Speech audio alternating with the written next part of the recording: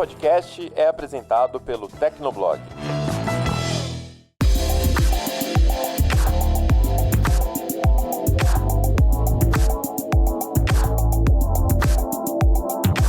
Olá, ouvinte! Seja bem-vindo! Está começando mais um episódio do Tecnocast. Eu sou o Thiago Mobilon. Eu sou o Paulo Riga. E eu sou o Felipe Ventura. Para conversar com a gente, recebemos o Felipe Hermes. Ele é editor do Block Trends e colunista do Infomoney. Fala aí, Hermes, bem-vindo.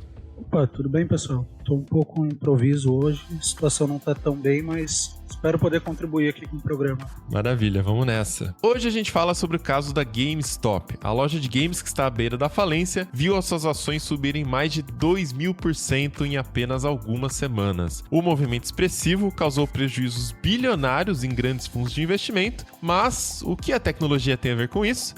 A gente já te explica tudo depois da caixa postal.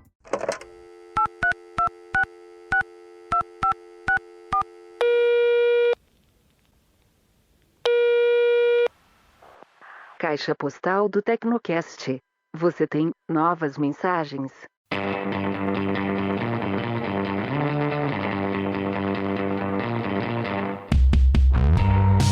Caixa postal do Tecnocast, se você não quiser acompanhar com a gente, pode pular o episódio para 9 minutos e 44 segundos. Vamos lá, Paulo Riga, qual que é a primeira mensagem aí? Primeira mensagem é do Ítalo Oliveira. Ele tem 23 anos, é professor de letras e mandou um e-mail para tecnocast@tecnoblog.net. Ele disse o seguinte: olá, Mobilon e Riga, gostaria de iniciar esse e-mail falando sobre a nova TV OLED da LG de 48 polegadas. O canal HDTV Test fez um ótimo vídeo explicando o motivo dessa TV ser mais cara que as de 55 polegadas e ter menos modelos disponíveis para venda. E aí o Ítalo mandou um e-mail gigante, né, explicando o que é Modern Glass, que é aquele pedaço de vidro que as fabricantes cortam para fabricar telas de diferentes tamanhos. A gente não vai entrar em muitos detalhes aqui, mas ele continua. Eu adoraria usar essa TV como monitor. Inclusive, estava esperando ela vir para o Brasil faz um bom tempo. Mas após descobrir que esse modelo chegaria no mercado de forma escassa e cara, imaginei que seria simplesmente impossível vir para o Brasil. Afinal, quem em sã consciência iria comprar uma TV de 48 polegadas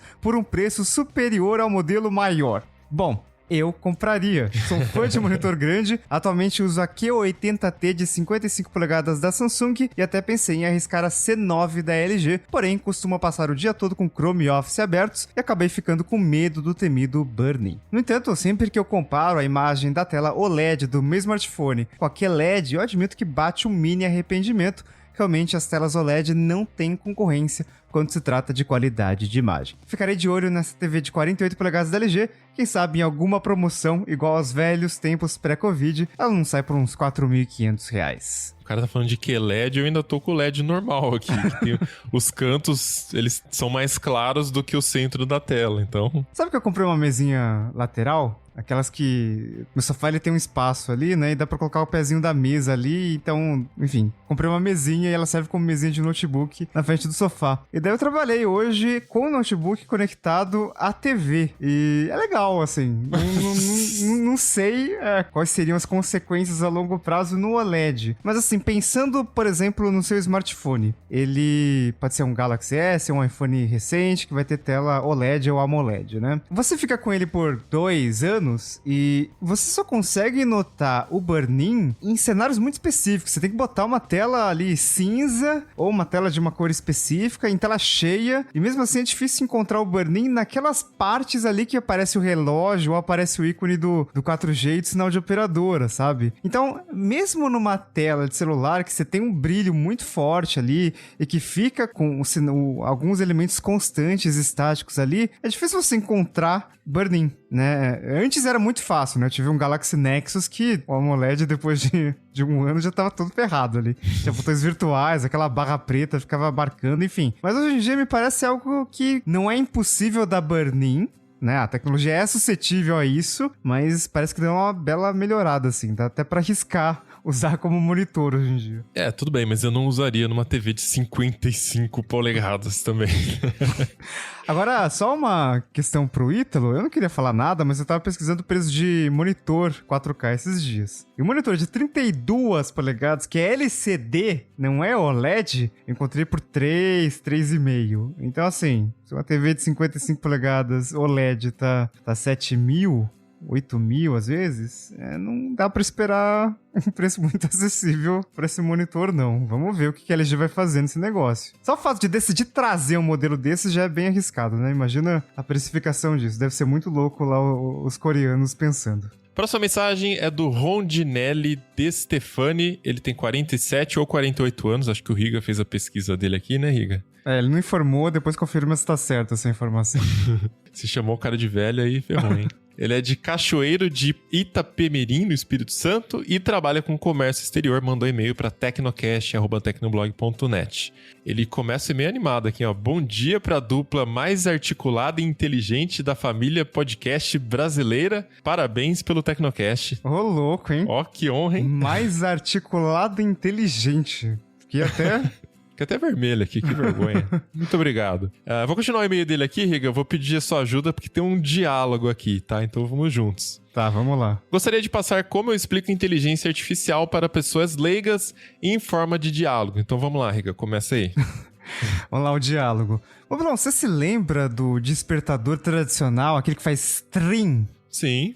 Então, ele é um exemplo primitivo de inteligência artificial. Ele é como se fosse uma pessoa que vai te chamar no horário que você escolheu e programou para acordar. Você não tem uma pessoa lá, mas tem um instrumento que faz isso por você. Outro exemplo, o micro-ondas e o timer, que podem ser entendidos como a junção de um cozinheiro com um despertador. É uma inteligência que sabe como fazer pipoca, mas também sabe como descongelar o frango, se for programado para isso em seus muitos botões. Eu vou responder exatamente o que ele escreveu, porque foi o que eu pensei, vamos lá. Mas essas coisas não são inteligentes e só são usadas para esses fins. Correto, esses exemplos são primitivos se comparados com os exemplos atuais, mas foram programados para darem uma resposta para o usuário. E no caso da IA de hoje, tem como dizer para eles o que fazer, o que não fazer e ainda como aprender a fazer caso o usuário faça algo que não era esperado ou usou um jeito não convencional para transmitir o comando. Então, exemplo, falar ok Google com a boca cheia de comida e o celular mesmo assim reconhecer a voz do usuário. Então, inteligência artificial é um programa de computador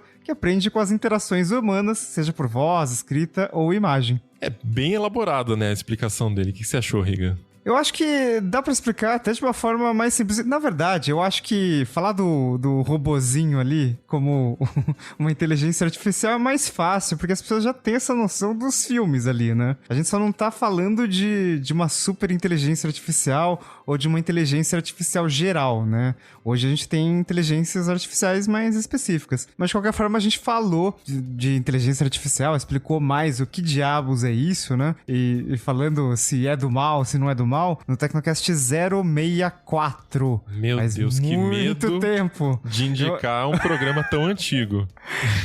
Eu confesso que eu não lembro exatamente o que eu falei, mas a gente abordou esse tema, foi publicado há 4 anos. Ai, meu Deus. E a gente fala um pouco sobre inteligência artificial restrita, para tarefas mais específicas, fala de superinteligência artificial. Então, acho que pra quem quer entender e é leigo, acho que é até um pouco mais fácil do que começar com o exemplo do despertador ou do micro-ondas, porque parece que, sei lá, né? São só coisas que você aperta o botão ali e ele faz e não é inteligente, assim, né? Então, acho que a primeira parte do exemplo do Rondinelli acaba meio confundindo as pessoas, na verdade. Eu acho que tem níveis, né? A inteligência, ela vai aprendendo, vai evoluindo, mas elas não são inteligentes até o ponto que elas assumem, de fato, consciência. E aí a gente tá um pouco longe ainda. E eu acho que é isso que as pessoas associam quando a gente usa o termo inteligência artificial, né? O pessoal pensa realmente cinema, a Skynet, esse tipo de referência. Esse episódio é legal nessa parte, porque eu lembro que a gente deixou bem claro as IAs restritas, específicas, né? Tipo o Google Foros, que tem ali um machine learning no meio, e a gente explica também como seria uma IA consciente, né? Essa IA que aí ela já evoluiu, ela já entende o que ela consegue aprender sozinha tudo, ela consegue absorver mais coisas, enfim. Eu acho que esse episódio ficou legal por conta disso, mas também, sinceramente falando aqui, faz tanto tempo que ouçam com moderação, né? Muita coisa já mudou de lá até aqui, né? A IA já evoluiu bastante também. Bora pra pauta? Bora lá.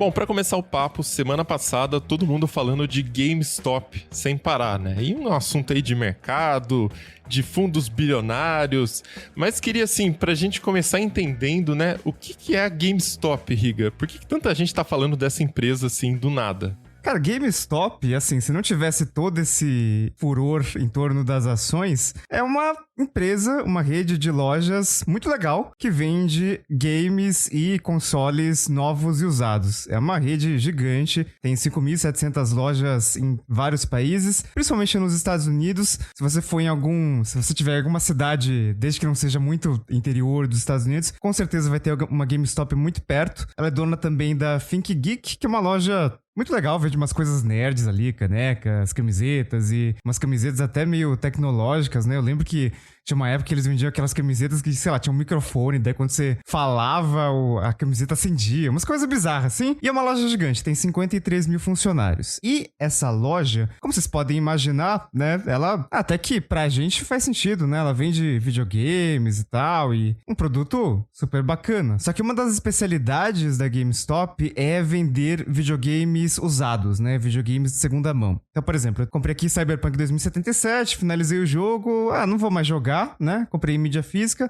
eu vou lá na GameStop e, beleza, eu quero trocar esse jogo por outro jogo de segunda mão. Então eu vou lá, dou o meu jogo, pego o outro e beleza, né? Eu tenho uma mídia física e coloco no meu videogame e jogo um jogo novo. Só que aí, você tem um problema de, primeiro, hoje em dia você tem serviços como o Game Pass na Microsoft, né? Pra quem tem Xbox, que você paga uma assinatura mensal e você tem acesso a uma biblioteca de 100 jogos, mais de 100 jogos, e agora tem até a versão pra PC. Então é uma coisa meio que, pra que eu vou numa espécie de locadora de games se eu posso assinar um serviço ali, pagar todo mês, eu tenho acesso a todos esses jogos de excelente qualidade. Então, não, GameStop... e sem falar que tem consoles que não tem nem mídia física mais hoje em dia, né? Então você compra só o jogo digital e não tem como nem revender depois. O Xbox Series S não tem espaço para mídia física, tem o PlayStation 5 All Digital, né, que você não tem ali nem o drive de Blu-ray mais, e a gente tá no meio ainda, né, de uma crise. Então se você tem um monte de lojas, né, são 53 mil funcionários nessas 5.700 lojas. Os shoppings, eles fecharam durante boa parte de 2020, muitos ainda estão fechados, e as pessoas não vão numa loja comprar joguinho usado, né, então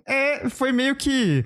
a GameStop, ela já vinha tendo prejuízos sucessivos ao longo desses últimos anos, mas 2020 realmente ferrou total ali com a empresa. Ou seja, uma empresa decadente, né? E aí o mercado vai lá e apostou que as ações iam continuar caindo por todos esses fatores que a gente explicou aqui. E aí a gente chega nesse ponto, né? Muita gente nem sabia que era possível você vender algo que você ainda não possui. O Ventura até fez um post explicando bem, né? Como é que funciona isso, Felipe? Explica aí. Como é que eu vendo uma ação? Como é que eu coloco para vender uma ação se eu ainda não tenho essa ação na minha carteira? Que coisa é essa? O truque você aluga essa ação. No mercado financeiro tem um ditado frequente dizendo que para você ganhar dinheiro você precisa comprar na baixa e vender na alta. Para fazer o short selling ou ficar vendido, você inverte essa ordem. Você vende na alta para depois recomprar na baixa e lucrar com a diferença. Para fazer isso, você precisa alugar a ação de outra pessoa. Então, você vai fazer um contratinho com essa pessoa com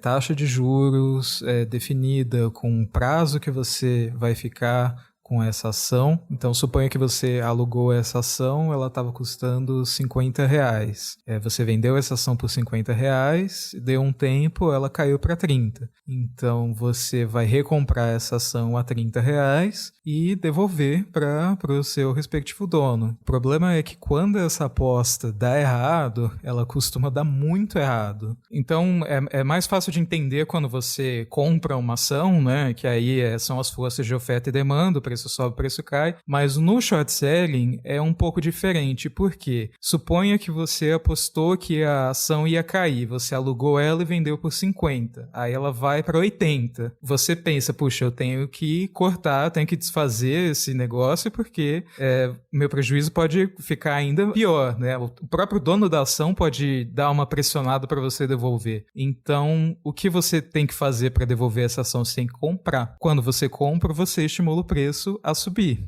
Se todo mundo começa a fazer isso, é uma profecia que se realiza, né? Tipo, o preço está aumentando, as pessoas que apostaram na baixa desistem da posição, compram a ação, fazem o preço aumentar, outras pessoas que estavam apostando na baixa fazem a mesma coisa e o preço vai subindo, subindo, subindo. Às vezes, como foi o que aconteceu no caso da GameStop, o preço não sobe, ele explode, né? Então, o que aconteceu foi que ela subiu quase 2.400% na alta, no máximo, 2.400% comparado com o preço que ela fechou 2020, né? Então, o year to date, que é uma coisa sem qualquer...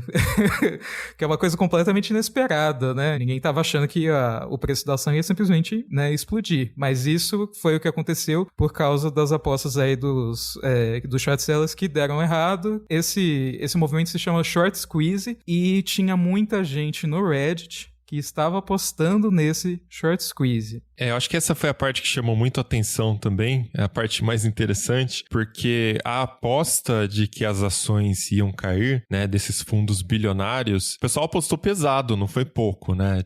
Chegou num certo momento ali que existiam mais ações à venda ali, né, vendidas, gente que alugou e entrou vendido, do que ações reais disponíveis para negociação, né? Eram 71,2 milhões de ações vendidas e 69,7 milhões de ações reais que existem, né? Vamos pegar o exemplo do arroz, porque esse exemplo, assim, todo mundo sabe que ano passado foi difícil, ainda tá muito caro o arroz, tá difícil pagar R$30 num pacote de 5 quilos de arroz. Até o cara foi lá, né, ano que vem eu vou te vender o arroz a R$15. O arroz estava 20, vou vender a 15, acho que vai cair. Só que agora tá 30, então o cara vai ter que comprar arroz muito caro. Então ele toma esse prejuízo, né? E no caso da GameStop, quando você tem uma ação que era tipo $2 e agora tá 400, daí ferrou, né? Porque o cara vai ter que comprar 400. Assim, se o cara se comprometeu a vender 1 bilhão de toneladas de arroz, não tem como produzir tanto arroz assim. E é exatamente o que aconteceu com a GameStop. Então,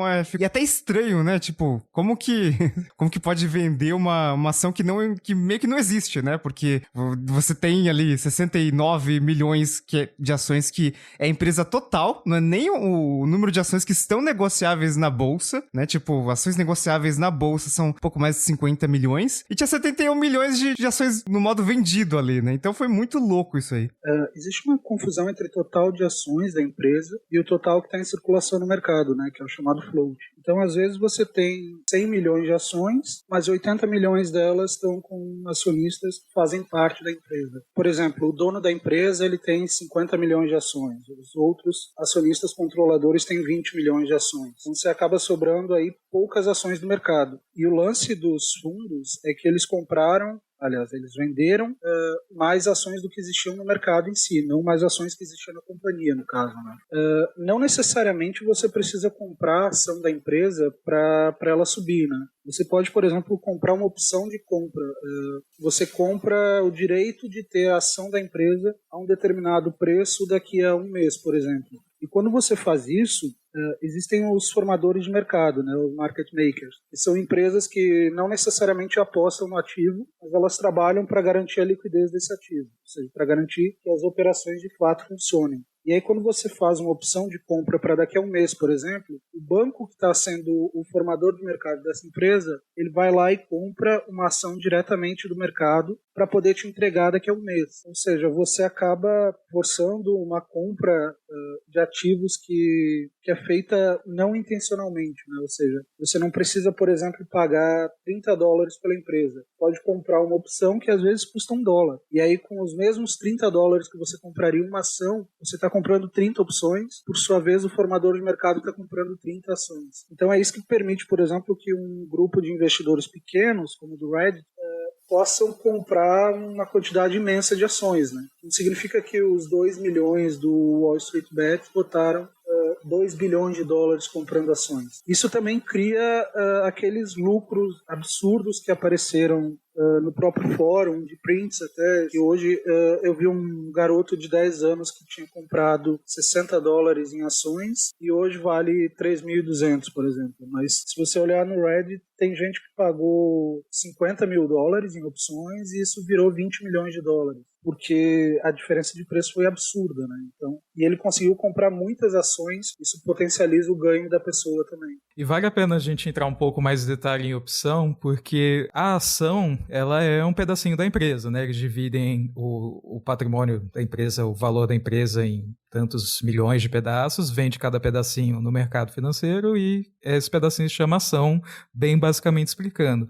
A opção, ela é baseada no valor da ação, nesse caso, mas ela é uma aposta, né? A ação, o valor da ação, ela tem a ver com o valor da empresa, pelo menos no longo prazo. A opção é uma forma de fazer uma aposta de quantos reais, de quantos dólares, de quantos euros vai valer essa ação daqui a 1 mês, a 2 meses. Então, você tem uma ação da empresa, por exemplo, ela só vende ações ordinárias ali, ok. Você pode ter 30 tipos diferentes de opção de compra, né? Então você pode apostar que ela vai valer 50 centavos, R$1, $1, 2, 3, 5, 10, 20, 200. E cada opção dessa opção tem um preço diferente, tem uma valorização ou desvalorização diferente. E segue um pouco essa coisa maluca do mercado de a ação subiu 2.000%, você tem um monte de opções, algumas opções valorizaram tipo 30% em um dia, algumas caem 80% do nada, dependendo do valor que você está prevendo esse preço. É uma coisa que você começa a explicar para uma pessoa leiga e a pessoa fala, isso é um cassino, né? Pois é. Tipo, a pessoa fica, não é possível que a opção seja uma coisa, sei lá, com tanto fundamento financeiro. Tem fundamento, é usado também para diminuir risco, especialmente, por exemplo, empresa que lida muito com um ativo em outra moeda, né? Tipo, a empresa que está no Brasil e lida muito com dólar, né? Acaba usando opção para reduzir risco de variação cambial, sabe? Mas essas pessoas estão usando opção assim como aposta mesmo, falando, e tem isso, né?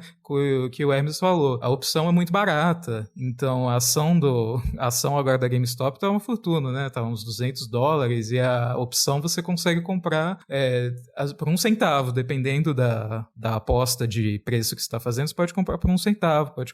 Então a pessoa vai lá e compra mesmo. O problema é essa questão, né? Tipo, a ação tá baseada ali no valor da empresa, a opção é o valor da aposta. Se você aposta que a ação vai cair, ela não cai, a aposta tende a zero, né? E aí complementando um pouco do que o Mobilon falou no começo, sobre o que isso tem a ver com tecnologia, né? Opção é um negócio extremamente complicado, que demanda um bom estudo da pessoa, demanda um conhecimento relativamente grande sobre o mercado, né? Dentre as empresas que têm ganhado atenção nesse mercado está a Robinhood, né? Então, o que eles fazem? Eles basicamente tornaram extremamente fácil, utilizando a tecnologia, criando um processo de gamificação em que aparece confete na sua tela toda vez que você ganha e coisas bizarras desse tipo, que ajudaram um monte de adolescente a poder operar opções que podem chegar aí a $1 milhão em perdas potenciais, por exemplo. E todo esse processo ocorre porque a empresa ela não cobra a taxa dos clientes, né? Então, a maneira como ela ganha também é forçando os clientes a fazerem mais transações. Então, você pega, por exemplo, uma empresa tradicional, uma corretora tradicional nos Estados Unidos, um cliente desse aplicativo faz em média 40 a 80 vezes mais transações do que o cliente de uma corretora tradicional. Naturalmente, o risco também aumenta, né? E por que eles incentivam que você faça mais transações? Porque esses clientes são mais jovens, são mais inexperientes. Com isso, a Robinhood consegue vender a ordem do cliente, ou seja, vender para uma empresa a sinalização de que esse cliente está fazendo isso ou aquilo, e a empresa pode operar contra o cliente do aplicativo, né? Então, meu Deus! É um negócio meio surreal, né? Inclusive, eles foram processados agora em dezembro por não informar os clientes da maneira como eles ganham dinheiro, né? Ou seja, eles criam uma gamificação em cima do negócio, você acaba se viciando e fazendo um monte de transações complexas. Até inclusive teve um adolescente que já se matou só de olhar na tela do aplicativo dele que ele teria perdido $700 mil, né? E um moleque de 20 anos. Na realidade ele não tinha perdido, ele tinha ganhado um dinheiro, mas no aplicativo estava mostrando perdas potenciais, né? E aí ele acabou se matando, também mais processo em cima da Robinhood, né? Então é uma empresa que ajuda a fomentar um tipo de prática muito ruim no mercado. Né? E boa parte dessa galera do Reddit está utilizando esse aplicativo, fazendo uma operação de opções, que você coloca $3 mil e pode perder $1 milhão se não der certo, sem saber dos riscos, e a empresa fatura em cima de você ainda. Né? Então, essa situação é bem mais complicada do ponto de vista da empresa. E é tão complicada que, se você olhar, por exemplo, o Ted Cruz, que é um conservador republicano dos Estados Unidos, e a Alessandro Ocasio-Cortez, que é social-democrata, socialista do Partido Democrata, os dois estão juntos querendo investigar a Robinhood, né? Ou seja, é uma situação tão complicada que conseguiu unir basicamente todo mundo lá, né? O risco que você agrega para pessoas que não têm uma educação financeira é muito alto. Isso potencializado por um número de transações, potencializado por um monte de investidor maluco que aposta na Robinhood para viciar a jovem que está fazendo day trade aí para muito mais do que pagar um croissant, perder uma fortuna de uma vida inteira em 2 dias. Assim, sabe? Quando você entra no site da Robinhood, né, o aplicativo é todo bonitinho, né? Ele tem várias animações e tal, e existe essa questão da democratização de investir e de mostrar confetinho na tela quando você lucrou com uma operação, né? Eu lembro que na minha corretora, pelo menos, antes de habilitar a opção de... Bom, primeiro que o aplicativo da minha corretora é horrível, né? Não chega nem perto desse negócio todo bonitinho e colorido da Robinhood. Segundo, que antes de liberar a possibilidade de eu comprar uma opção, eu tive que preencher um questionário ali, né? E responder ali o que é uma call, o que é uma put. Ah, mas se eu fizer uma operação, o que significa o código XPTO B22? E eu tenho que explicar lá o que diabos é isso, né? Porque opção é um negócio complicado. A grande diferença aí, né, é que ações... Pô, se você comprar 100 ações de uma empresa e ela falir, beleza, você perdeu as 100 ações...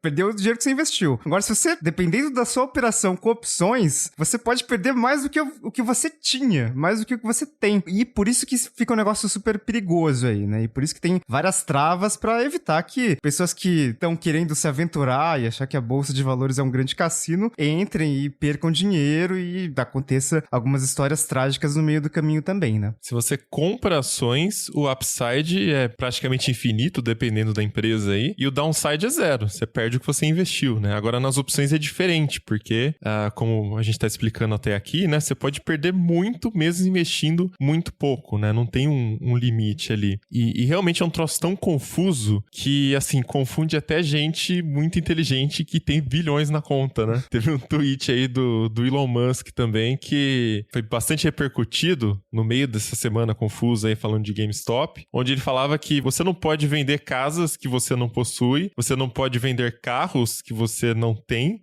mas você consegue negociar ações que você não possui. E aí ele fala que isso é bullshit, né? Que é meio que um scam. E aí esse tweet repercutiu bastante e teve um pessoal que zoou ele, né? Que o Elon Musk, por muito tempo, ele vendeu antecipadamente carros da Tesla e esses carros não existiam, eles ainda estavam sendo desenvolvidos, né? Então será que é a mesma situação também? Tipo, ele vendeu a promessa de entregar um carro um dia. É mais ou menos como opção isso? Depende, porque assim, opção, pelo motivo que a opção, as opções foram criadas, até que faz algum sentido. Porque, por exemplo, vamos supor que eu tenho milhões de reais em ações da Mobilon Media, uma grande corporação que abarca este Tecnoblog, e vamos supor que eu tenho muitas ações e eu quero me proteger.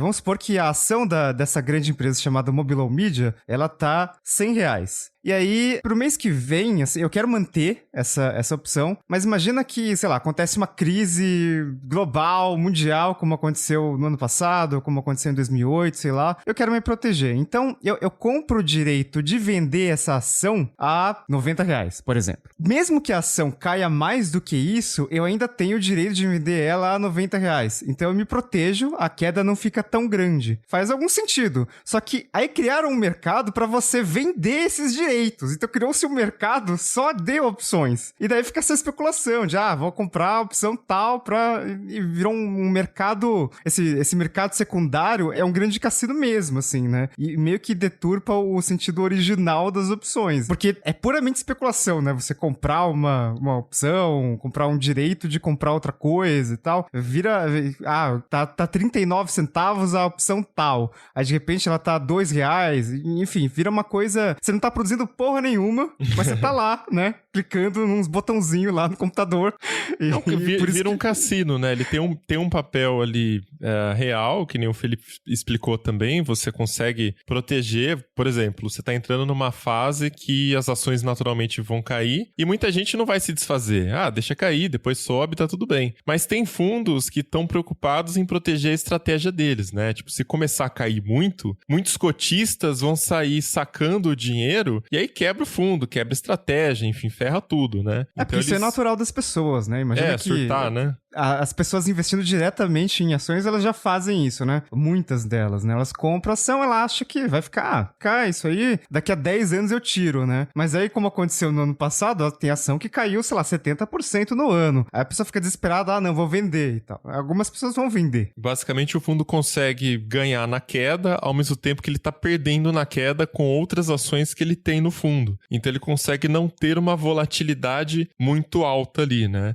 Tem muita gente que usa só o dólar de hedge, por exemplo, né? Você tem investimento no Brasil, você tem investimento no exterior. Geralmente, quando o Brasil entra em crise, o dólar dispara e as ações da bolsa aqui tendem à queda, né? Não foi o caso aí dos últimos anos. Mas geralmente existe essa correlação aí. E então, o dólar subindo, seu investimento lá de fora costuma subir também. E o investimento interno tá caindo, então você não tem tanta volatilidade quando você consegue fazer isso, né? De diversificar bastante seu investimento. Tem umas outras questões também que são interessantes. É muito comum você demonizar o cara que está vendido numa ação, porque você olha e fala, esse cara está apostando que uma empresa que tem 53 mil funcionários vai falir. Esse cara é um monstro, não pensa nessas famílias, não pensa nisso, naquilo, só quer lucrar em cima. Mas o short ele tem uma função básica no mercado, que é ajudar na sinalização também, né? Por exemplo, você tem o Bill Ackman, que é um gestor americano da Pershing Square. Ele é um cara que há anos está short, está apostando contra a Herbalife, por exemplo. Está dizendo que a Herbalife é uma pirâmide e tenta apostar e mostrar para as pessoas que é isso. Ou seja, ele está dando uma sinalização para o mercado de que aquela empresa é problemática. E várias vezes, quando você entra short numa empresa, o que você está fazendo é dar uma sinalização para o mercado. Aqui no Brasil, por exemplo, o Instituto de Resseguros Brasileiro, acho que esse é o nome do IRB, ele foi um short bem famoso no ano passado, porque a Esquadra fez uma carta, Esquadra, que é um fundo de investimentos, fez uma carta denunciando que acreditava que existiam fraudes contábeis, existiam irregularidades, etc. E quando ela fez isso, ela sinalizou para o mercado também que estava havendo algum problema naquela ação. Isso é relativamente positivo para o mercado, especialmente porque é uma tradição de fundos de investimento. Quando eles entram vendidos, eles fazem uma carta explicando a tese deles, mostrando por que aquela empresa não tem futuro, por que ela é um problema, por que eles estão entrando contra. Então você acaba tendo uma sinalização no mercado para esse aspecto. Desde 2008, por conta da crise, que aliás a crise de 2008 deixou muita gente famosa por estar short, por estar dizendo, olha, tem um problema, as casas não podem se valorizar tanto quanto inclusive elas estão se valorizando, né? Nome de um filme, né, Hermes? O The Big Short, do Brad Pitt e Christian Bale. Inclusive o Michael Burry, que foi interpretado pelo Christian Bale, em 2019 tornou investidor da GameStop, apostou na alta da empresa e acabou lucrando acho que 1.500% no meio dessa situação de agora, de janeiro, né? Então é curioso como o cara que se tornou famoso no mundo inteiro por estar vendido numa ação, agora ficou famoso de novo por estar comprado em outra ação.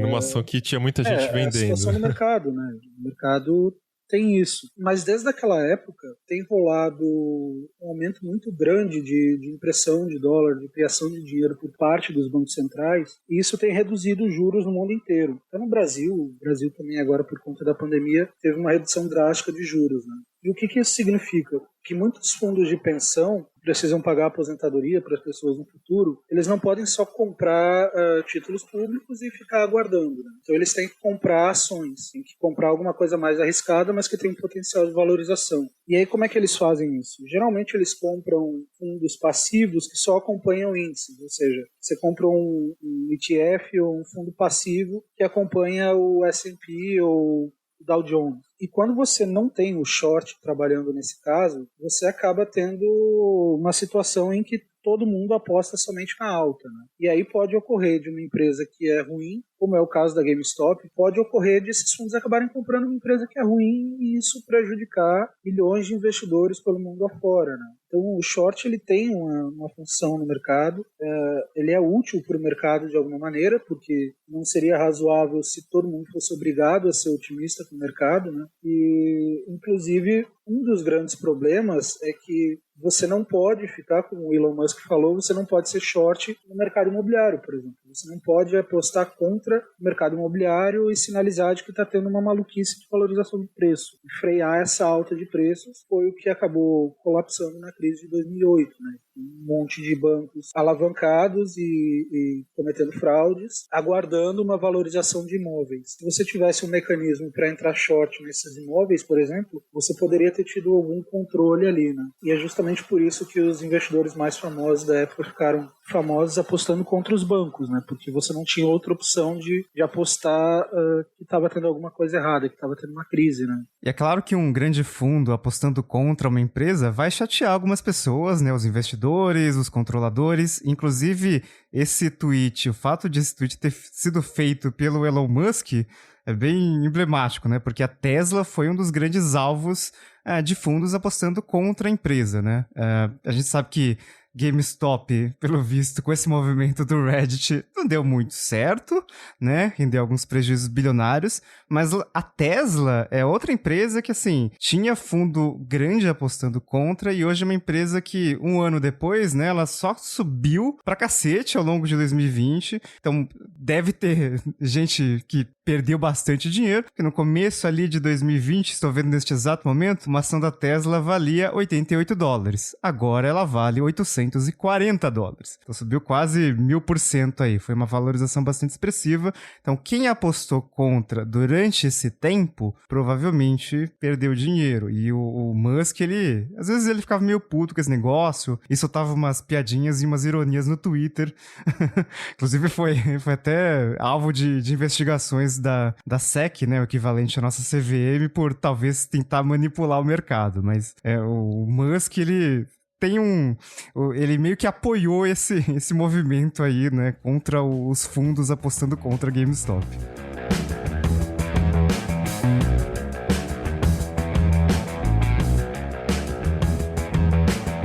Bom, mas eu acho que não ficou muito claro ainda, né? A gente explicou a parte de operar vendido, mas até aí tudo bem, você tá apostando que vai cair, mas a empresa subiu 2000%. Mais de 2000% é um número que a gente não vê todo dia acontecendo na bolsa, né? São raras aí distorções, é uma coisa muito excepcional acontecendo. E nesse caso, o excepcional foi que teve uma galera no Reddit que viu uma oportunidade, né? Com muita gente apostando contra e se organizou a favor, Ventura? Pois é, esse pessoal, essa comunidade já existia há alguns anos e era, sei lá, o pessoal trocando dica, falando para comprar tal ação, vender tal ação, mas nunca tinha havido, pelo menos até onde eu sei, um movimento tão coordenado para pegar a ação da GameStop, para apostar a favor da ação da GameStop. Na verdade, a ideia de que as pessoas deveriam comprar a ação da GameStop surgiu ano passado, mais ou menos há um ano, né? E foi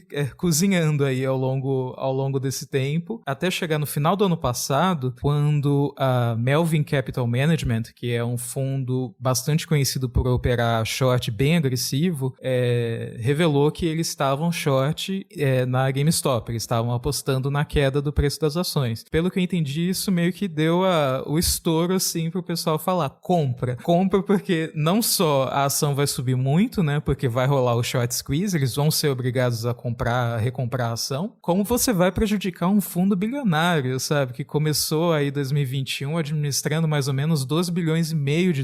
É um fundo gigantesco. Nós contra eles. Exato. Os sardinhas vão vencer o tubarão. Então, e essa mentalidade é que moveu muita gente a, sei lá, comprar a opção barata, mas falar, tipo, eu tô dentro, eu tô nessa comunidade, tô nesse movimento de que a gente vai derrubar esse fundo, de que a gente vai derrubar as pessoas que não acreditam na GameStop ou em qualquer outra empresa que a gente acha que não devia. E E aí o que aconteceu, né? A Melvin Capital sofreu um prejuízo bizarro. O fundo perdeu 4 bilhões e meio de dólares em um mês, né? Eles precisaram receber uma injeção de capital de quase 3 bilhões de 2 outros fundos de investimento, mas eles tiveram essa perda bizarra e o pessoal do Reddit comemorou, falou, foi a gente, foi o nosso efeito. E como eu disse, existe essa questão da comunidade, das pessoas estarem juntas por um objetivo em comum, que muita gente fala, eu não vou vender a ação da GameStop, né? Tipo, a ação subiu horrores, mais de 2.000%, em algum momento ela vai cair. As pessoas falaram, eu não vou soltar, eu vou segurar essa ação. Se isso é, sei lá, verdade, se realmente vai acontecer, se as pessoas estão muito encantadas, assim, em fazer parte de um projeto e esquecem que, tipo, estão ali para ganhar dinheiro, né, no mercado de ações. Não sei o que vai acontecer, mas rolou esse efeito, né, tipo, o principal alvo, pelo que entendi, foi a Melvin e eles perderam feio, assim. Eu vi uma menina que deu uma entrevista falando que ela investe em ações de uma empresa de cinema decadente porque ela quer dar uma força para os cinemas. Então, assim, cada um tem um critério para gerenciar o seu patrimônio, né? Não significa que é o melhor no sentido de ganhar dinheiro ou de montar a sua aposentadoria, porque foi uma empresa que os números mostram que ela só tem prejuízos e é o que a gente já falou aqui, né? Aquela coisa da Blockbuster, que foi engolida pela Netflix também, não tem um futuro muito positivo aí pela frente, não. A MC, que é a empresa que você mencionou, ela tem uma rede de salas de cinema, né, nos Estados Unidos, e ela só não faliu agora em janeiro porque recebeu injeção de capital, porque ela falou, tipo, se a gente não receber um dinheiro para continuar ao longo desse ano, vai fechar, porque tá endividado, tem que pagar funcionário, tem que pagar aluguel, e não estreia filme, né, tipo, os principais mercados dos Estados Unidos, né, Nova York, Los Angeles, o cinema tá fechado, então a empresa tá ali com a corda extremamente no pescoço, e a galera falou, não, eu vou comprar. E a MC aconteceu a mesma coisa, estourou o preço, eles também compraram a ação da BlackBerry, né, coitada, passou aí, então, ela foi tipo o símbolo, assim, né, de smartphone por muito tempo, e acabou desmoronando tudo. Ela começou a investir em outras ideias, né, eles recentemente anunciaram uma parceria com o Baidu para oferecer segurança para carro autônomo, então eles estão fazendo o que podem, mas aconteceu a mesma coisa, o preço caiu bastante, e aí com esse apoio do Wall Street Bets, o preço disparou também. É engraçado que não tem nenhum motivo lógico, né? Você pega a AMC, que é uma empresa de sei lá, quem que vai pro cinema, né? Qual foi a última vez que você foi no cinema? Com certeza faz pelo menos um ano que você não vai numa sala de cinema, pelo amor de Deus. E a ação tava $2, ela foi pra 20. Ah, não, porque eu vou apoiar essa empresa e tal, mas não tem nenhum fundamento pra ela valer, né, 10 vezes mais. Você até tem um fundamento que é a quantidade de ações short contra essa empresa, né? São empresas que estão em situação muito difícil, por isso você tem um volume de venda contra elas que é muito alto. Alguns casos são surreais, como é o caso da GameStop, tem mais de 100% do float vendido. Mas é até uma questão que eu acho que é relevante dizer aqui, por exemplo, a gente discute e está sendo muito discutido nos Estados Unidos se existe crime cometido aí, se isso é ilegal, não sei o quê. Por que eu particularmente acho uma situação divertida? Porque, como o Felipe falou, é um fundo de 13 bilhões de dólares que não gastou um centavo para monitorar o que está sendo falado da ação que ele está investindo, potencialmente aí metade do patrimônio dele, né? Algo com potencial de derreter metade do patrimônio dele em um mês. Ou seja, foi uma completa arrogância por parte desses fundos que levou eles a acreditar que aquilo era muito óbvio, que eles não precisavam fazer nenhum hedge para se proteger caso desse errado, que eles não precisavam sequer monitorar o que estava sendo falado dessa empresa, que eles não precisavam ver quem é que estava do outro lado, e naturalmente eles acabaram perdendo dinheiro por conta disso, por conta da burrice deles mesmo. Mas será que, no cenário comum, alguém realmente iria se proteger, né? Porque os números do Wall Street Bets, era o que eu ia falar, eles são muito impressionantes, né? Nesse exato momento tem 8 milhões de membros ali que entraram na comunidade. Assim, lógico, o mercado americano é outra dimensão, né? As pessoas investem muito mais em ações. Você tem mais de 100 milhões de investidores nos Estados Unidos, né? E na Bolsa Brasileira tem 3 milhões de pessoa física, então é uma coisa totalmente diferente, né? Eles conseguiram o poder de mobilização que essa comunidade conseguiu, né? E, lógico, né? Entrando algumas pessoas ali, tipo Elon Musk, né? Falando sobre o assunto, algum chinês multibilionário ali também, que deu toda essa sacudida que, acho que assim, nenhum fundo ia prever que, pô, uma comunidade vai se organizar pra subir o preço de uma ação de loja de games, né? Você pode monitorar o que está sendo falado da sua empresa, da empresa que você está investindo. Isso é uma questão básica também, fazer uma diligência e ver o que está sendo falado, né? Eles podiam fazer o mínimo, né? Não fizeram. É o mínimo.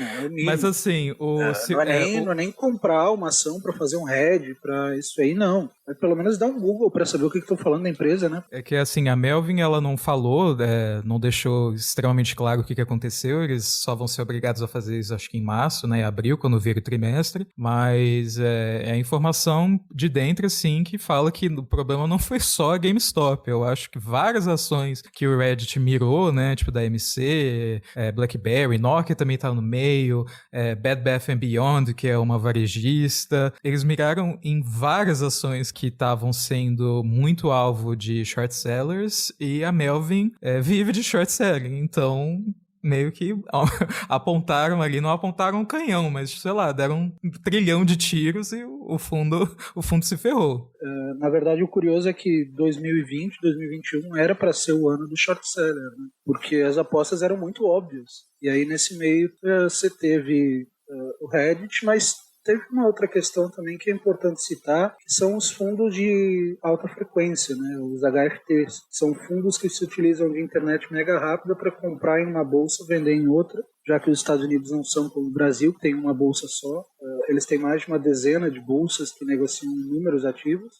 E aí você tem fundos que operam numa agilidade assim, de milésimos de segundo. E esses fundos, quando viram o que estava sendo desenhado pelo Reddit, eles entraram e se posicionaram junto com essa galera. E eu tenho certeza de que esses fundos ganharam muito mais do que essa galera do Wall Street Bets, por exemplo. Porque eles têm agilidade que nenhum ser humano conseguiria ter. E eles olham o mercado de uma maneira que nenhum ser humano conseguiria olhar, sabe? Mas até para eles é positivo botar a culpa nessa galera, porque se a SEC for investigar de fato, ela poderia acabar multando aí uma meia dúzia de fundos também bilionários, fundos relevantes de fundos de alta frequência, né? Então a SEC poderia acabar descobrindo que essa galera fez besteira também, né? Fez algo ilegal do ponto de vista das regras de mercado. Eu queria entrar nesse ponto, Hermes, aproveitar também na parte da legalidade, né? Porque, assim, todas as matérias sempre surge o adolescente brasileiro especialista em ações, trader, né? Para fazer suas grandes observações aí sobre o mercado. E, assim, teve muita gente que ficou muito animada com a história, porque, basicamente, foram alguns fundos bilionários perdendo, né, bilhões de dólares por conta dessa organização no Reddit, uma comunidade aberta ali, qualquer um pode entrar e participar, né, e de investidores diversos. Óbvio que ali no meio devia ter também, né, outras pessoas maiores também, mas muita gente pequena, muita gente pelo Robinhood também, como a gente explicou, né.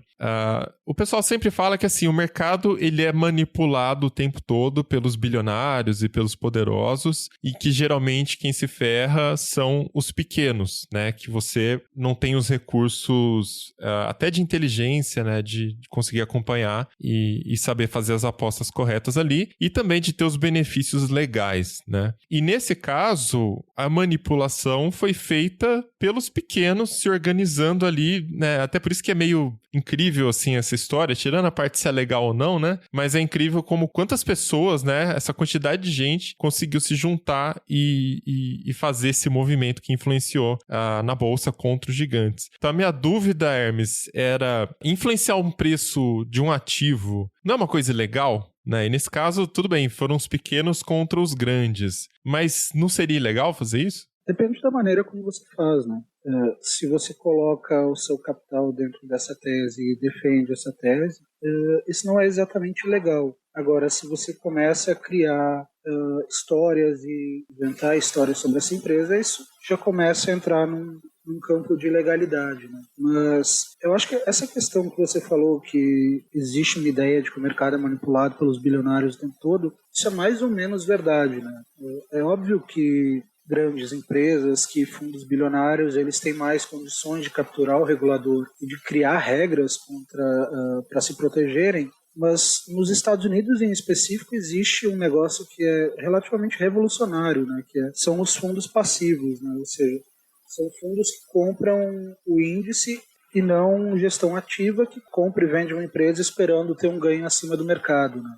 Esses fundos nos Estados Unidos, eles somam algumas dezenas de trilhões de dólares e cobram taxas de administração muito baixa, né? Então, você tem aí um fundo que vai render a mesma coisa que o mercado ganha, a pessoa pode investir, não vai pagar uma taxa muito alta, e no longo prazo, o que a gente sabe é que esses fundos batem a imensa maioria dos gestores bilionários que supostamente manipulam o mercado, né?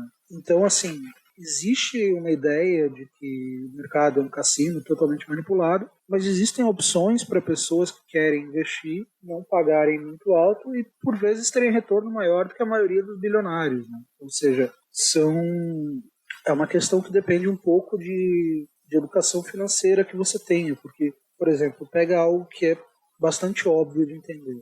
Se fosse muito fácil bater o mercado, ou seja, consistentemente ganhar acima do que o S&P ganha todo ano, ou que o Dow Jones ganha, você teria uma imensidão de gestores muito famosos e provavelmente você não saberia quem é o Warren Buffett, por exemplo, quem é o Peter Lynch, por exemplo, quem são esses caras que se tornam lendas exatamente por bater o mercado, né? Que é algo muito raro. Mas existem centenas de fundos de investimentos e a maioria deles não bate o mercado. Então não dá para dizer exatamente que eles são bem-sucedidos em manipular o mercado de maneira geral, assim. Entendi. Então, na prática, às vezes eles podem conseguir fazer uma movimentação e se dar bem, mas no longo prazo, até fundos passivos, a hora que você estava explicando, eu imaginei até ETFs, né? Que são fundos passivos, com taxa baixa. Aqui no Brasil, 90% dos gestores não bateram a Selic em 2020. A Selic estava em 2%. Nossa. 90% dos gestores fez menos que 2%. Gestor famosão do Twitter, que tem centenas de milhares de seguidores, fez menos 47%. Tem gestor que não só não bateu o mercado, como foi muito mal em relação ao mercado. Então, como é que você pode dizer que existe uma grande manipulação de bilionários em torno da Bolsa e a Bolsa só beneficia os mais ricos? Quando, na verdade, não é exatamente assim, né? A maioria dos bilionários da Bolsa, eles não ficam ricos ganhando com compra e venda de ações, mas gerindo o dinheiro de outras pessoas. Também não ficam ricos comprando e vendendo ações, eles ficam ricos criando empresas e abrindo capital por vezes, né? Você tem mais de 5.000 ações na Bolsa Americana, contra 340 no Brasil, é um mercado de proporções bizarras. Então eu acho que existe um pouco de conspiração nessa ideia. É claro que a Bolsa também não se ajuda muito. Por exemplo, quando você vê a Diana Friedman, que é a CEO da Nasdaq, dizer que tem que ficar de olho em rede social, tem que vigiar essa galera, a primeira coisa que você pensa é, de novo, o cassino a casa tá querendo manipular o jogo a seu favor, né? Então, essa galera de fato não se ajuda. Mas a ideia de que a Bolsa é um cassino é uma ideia para quem pensa muito a curto prazo também. Acho que a longo prazo tende a compensar. Mas acabou ficando esse gosto ruim, né, de sentir que os grandes players não querem que os pequenos manipulem o mercado, né, sendo que tem essa sensação de que eles fazem o que querem. E isso respinga também no Robinhood, porque eles tiveram que limitar transações, né, eles estavam com uma demanda muito grande por ações e opções da GameStop, por exemplo, e aí chegou um dia que eles falaram, parou, né, você pode desfazer sua posição, né, se você comprou ação, você pode vender, mas você não pode comprar mais. Mesma coisa com opção. E eles não foram muito transparentes inicialmente com isso, então ficou aquela sensação de que a Robinhood estava realmente tentando barrar. Falou, não, você não vai... Você que é pequeno, você não pode mexer no mercado, sabe? Isso é coisa só pra gente grande, porque, claro, né, gestor grande não usa Robinhood, né? Eles têm seus sistemas próprios. Não, pior que o Robinhood, o nome tá errado então, né? Porque é o contrário da lenda. Pois é. Ele vende a informação do pequeno pro grande. Você sabe que em economia existe uma piada em torno da lenda de Robin Hood, né? Porque a lógica é que vai roubar os ricos e distribuir para os mais pobres, mas tem economistas que são mais chatos e dizem que, na verdade, ele está criando insegurança jurídica ao criar insegurança na estrada. Isso vai isolar a cidade e a cidade vai se tornar mais pobre porque ela não pode fazer comércio com as outras cidades, né? Então, no longo prazo, está empobrecendo todo mundo. Essa é a típica piada... Não, desculpa, essa é a típica piada de economista que é super triste. E o próprio funcionamento da Robinhood é meio estranho, né? E abre espaço para conflito de interesses. Até a empresa, inclusive, já foi até processada, já foi investigada por conta disso. Mas no mercado americano, né? O mercado de ações é um pouco diferente. Então, quando no Robinhood, quando você executa... eu quero comprar a ação tal por X dólares. Beleza, o Robinhood vai lá e ele compra essa ação, ele manda essa ordem para um formador de mercado, né? Para um market maker. Aqui no Brasil, não. A corretora, ela manda direto para a bolsa, né? No caso, a B3, né? Que é a única bolsa que tem no Brasil. E esses formadores de mercado, eles geralmente vendem a ação do Robinhood a um preço mais competitivo que o da bolsa, que o oficial da bolsa. Então, o Robinhood ganha uma taxazinha ali, mesmo não cobrando nada do investidor, ele ganha do formador de mercado. E o formador de mercado, geralmente, é um gigante, né? Que tem muitos bilhões ali, ganha muito dinheiro ali no meio do caminho. Então, ficou essa sensação de que, mas espera aí, né? Tem algo errado. Então, o Robinhood tá trabalhando para esses gigantes e por isso que agora eles bloquearam compra de ação tal e só pode vender. Quando você só tem a opção de vender, tendência que a ação caia, né? Porque você tem muitas pessoas querendo vender, querendo se desfazer daquela ação. Então, isso deixou mais exposto o modelo de negócios, não só da Robinhood, né? Mas acho que a Robinhood é a principal porque é a corretora mais conhecida e que tentou democratizar ali, que tem mais pessoas iniciantes ali dentro, né? Agora, assim, é inegável que tudo isso que aconteceu é sem precedentes, né? Não seria possível sem a tecnologia, sem os smartphones, né? Sem corretoras moderninhas também, pro bem ou pro mal. Mas aí eu queria saber a opinião de vocês sobre isso, né?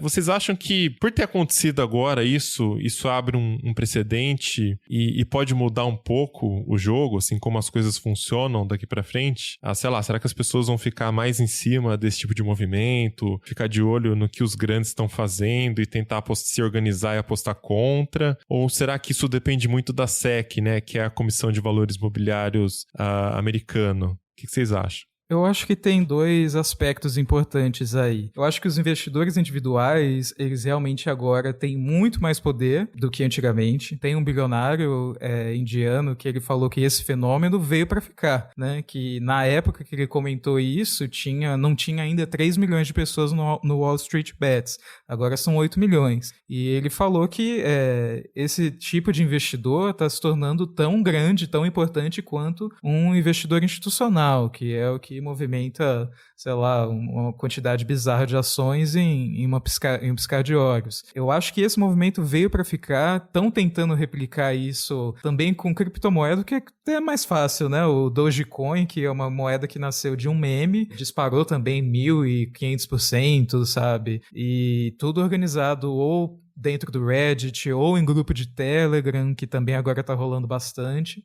Mas a outro lado é o que vai acontecer daqui para frente, porque a gente ainda acho que tá no momento da alta, né? Em algum momento as ações da GameStop devem voltar pro nível que elas estavam sendo negociadas há 1 mês, há 2 meses. E vai ter gente perdendo dinheiro e ter investidor individual perdendo dinheiro. Quem sair por último apaga a luz, basicamente, né? Exatamente, porque acaba virando o pump and dump, né? Que é você estimular o preço da ação a subir e sair no topo, né? E deixar as outras pessoas segurarem a bomba. Você convida a galera pra pular do precipício, espera todo mundo pular e dar risada, né? Exato. Isso. Pois é basicamente um esquema de pirâmide, né? Se você for pensar. Mas com esse elemento de comunidade que as pessoas sentem que estão lutando por uma missão, lutando contra um inimigo. E essa parte ruim, assim, porque a ação vai cair, né? A ação da GameStop não tem como ficar tradando nesse nível. Não tem fundamento, né? Porque não tem fundamento na empresa mesmo, né? Então, uma hora ela vai cair. Pode ser uma coisa que dure bastante tempo, porque geralmente as ações da GameStop caem quando ela anuncia resultado financeiro, que é quando os acionistas majoritários conseguem vender ação, se desfazer de ação, e aí eles vendem mesmo, realizam ganhos e o preço preço acaba caindo, né? Então, talvez final de março, começo de abril, é que aí a gente vai ver o efeito de tudo isso que aconteceu com a ação da GameStop, se não acontecer antes. Mas é isso que eu fico preocupado, porque a gente tá na alta, né? Então, é sempre aquela coisa, né? Não tem limite, o céu é o limite, vai subindo, caiu, sobe de novo, sabe? Mas não vai voltar para o que tava, para os $18 que tava sendo negociado a GameStop no final do ano passado. Mas deve voltar. E o que vai acontecer com as pessoas que estão segurando ação, opção, quando isso acontecer? Pois é, e o ponto que eu pensava também é esse, né? Quem ganha e quem perde com esse tipo de volatilidade. Que não necessariamente o pequeno tá ganhando, né? Quem entrou antes e saiu ali antes também, antes de começar a cair demais, tá ganhando. Mas nesse meio do caminho aí, uma galera vai perder. E mesmo que só perdesse o fundo de investimentos, tudo bem, nesse caso da Melvin, parece ser um fundo privado, tem poucas pessoas investindo ali, então são só grandes bilionários mesmo, né? Ou milionários, sei lá. Mas se você pega um fundo aberto que, sei lá, tá negociado numa corretora e várias pessoas compram esse fundo, e é um fundo hedge também. Quem tá perdendo grana ali nesse fundo não é o grande bilionário. O fundo às vezes pode ser bilionário, mas ele é formado por um monte de cotista, né? Então, esse é o ponto. Essa aposta de ficar com essa grande volatilidade, tem muita gente se ferrando no meio do caminho que não necessariamente é o bilionário, né? Então tem que ter isso em mente também. Aí realmente depende da Comissão de Valores Mobiliários tentar entrar com alguma coisa para ver se reduz volatilidade, mas vai bater com essa ideia de que eles estão defendendo os grandes, né? Por mais que a volatilidade possa ser negativa para qualquer nível de investidor, grande ou pequeno, eles vão ter que lutar contra essa visão. E eu não sei se eles vão conseguir, não, tipo, ganhar essa disputa, essa discussão de que, tipo, se a gente está fazendo isso pro seu bem e não pro bem dos grandes investidores, sabe? Realmente, mas eu acho que é só quando baterem as consequências negativas, assim, quando o preço da ação despencar mesmo e tiver gente perdendo com isso, é que a gente vai ver os próximos passos, né? Se vão realmente fazer alguma coisa para evitar a volatilidade ou se agora virou terra sem lei ao quadrado. A ironia da coisa é que os caras estão transformando a bolsa num cassino, alegando que estão combatendo pessoas que transformam a bolsa em um cassino. Então, eu fico muito receoso disso ganhar frequência e ganhar notoriedade, porque bolsa não é isso, cara. A bolsa não tem que ser uma aposta de algo como opções, por exemplo, para você expor pessoas que não têm exatamente essa noção de risco. Você tem casos de pessoas que pegam empréstimos, que colocam dinheiro no cartão de crédito para comprar e investir em opções, e a perda potencial é muito grande, né? Então você está criando uma geração que acha que investir em bolsa é igual jogar videogame. O potencial de prejuízo que isso gera é muito alto, né? Não por coincidência, é uma geração que também está ficando mais pobre do que os seus pais, né? Que é algo curioso, porque é a primeira vez na história americana. Aqui no Brasil é algo até relativamente comum, mas na história americana é a primeira vez que isso ocorre agora, né? É uma geração que vai enfrentar grandes problemas e certamente volatilidade na bolsa não vai ser positivo para a economia como um todo, né? Só queria comentar que nem todo short é malvado, né? Por exemplo, eu trabalho com uma empresa do mercado financeiro que gerencia fundos de criptomoeda. A tese central do Bitcoin é que o dólar está sendo criado de maneira completamente descontrolada, enquanto o Bitcoin segue uma racionalidade de escassez. É uma aposta em short, né? Até é curioso que o Felipe comentou que estão tentando criar um short squeeze em cima de algumas criptomoedas. O próprio Bitcoin é um short em si, né? Interessante esse ponto de vista, eu nunca tinha pensado dessa forma. O Bitcoin é um short em cima do dólar, então. Você tá comprando ele porque você tá apostando que a tendência é que as moedas no futuro vão perder valor. Exato. Devido... Se você olha o que tá rolando, essa impressão desenfreada de dinheiro por parte do Banco Central americano para aquecer, e até interessante isso de falar que estão manipulando o mercado, não estão. Bom, você pode dizer que eles estão manipulando o mercado sim, mas você precisa também dizer que quando o Banco Central americano cria 4 trilhões de dólares que não existiam, ele também está manipulando o mercado, né? Também está forçando uma alta de ativos, também está de certa maneira, manipulando a maneira como os preços são formados na economia, né? Então, não é como se fosse uma meia dúzia de adolescentes malvados para um governo tentando proteger a economia e proteger a população. Não existe essa situação imaginária que estão querendo vender também, né? Então é isso, vamos chegando ao final de mais um episódio do Tecnocast. E aí, deu pra entender mais ou menos como funcionam as opções? Se não entendeu, dica, não opere. Eu não opero opções, então melhor não arriscar, tá? Não é uma recomendação de investimentos. Exatamente. Manda pra gente seu comentário na comunidade.tecnoblog.net ou continua o papo com a gente lá no Twitter. É só marcar @Tecnocast ou #Tecnocast. Se quiser continuar o papo com a gente em todas as redes, eu sou @Mobilon. @Paulo Riga. @VenturaFelipe. E Hermes, você quer também dar seus canais aí nas redes sociais, pessoal? Pode ser @Felipe_Hermes. Maravilha, esse episódio vai ficando por aqui e voltamos com outro semana que vem. Até lá. Tchau. Falou!